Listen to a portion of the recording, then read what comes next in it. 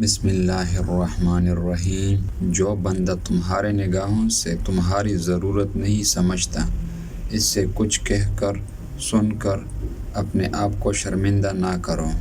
غلط جگہ پر اپنے مال و دولت یعنی نعمت خرچ کر کے نعمت کی ناشکری مت کرو۔ تم میں سے جو دنیا کی طلبگار ہے، ان کو اتنا ہی ملے گا جتنا خدا نے اس کے مقدر کے فرما دیا ہے۔ وفادار دوست کا ہمیشہ خیال رکھو اور اس کو ناراض مت کرو، اور کبھی کسی سے زیادتی مت کرو۔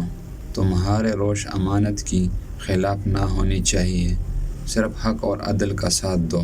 تنگ دستی اور مصیبت کے وقت صبر سے کام لو، اللہ کی مدد ضرور آئے گی۔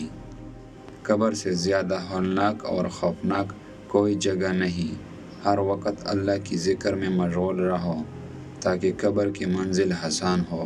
اگر میں تمہیں سارے دین دوں پھر بھی یہ تمہارے ایمان برابر نہیں ہو سکتا۔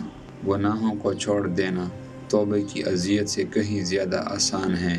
بڑھاپے آنے سے پہلے جوانی کو غنیمت جانو، اور موت کے قریب آنے سے قبل بڑھاپے کو غنیمت جانو۔ جب ایک عالم سے لغزش ہوتی ہے تو ساری کائنات اور عالم لغزش میں پڑ جاتا ہے۔ کسی دیندار پر اعتبار نہ کر جب تک ضرورت کے وقت آزما نہ سکو۔ جو انسان اللہ کے لیے مسجد تعمیر کرے گا، اللہ اس کے لیے جنت میں ایک گھر بنائے گا۔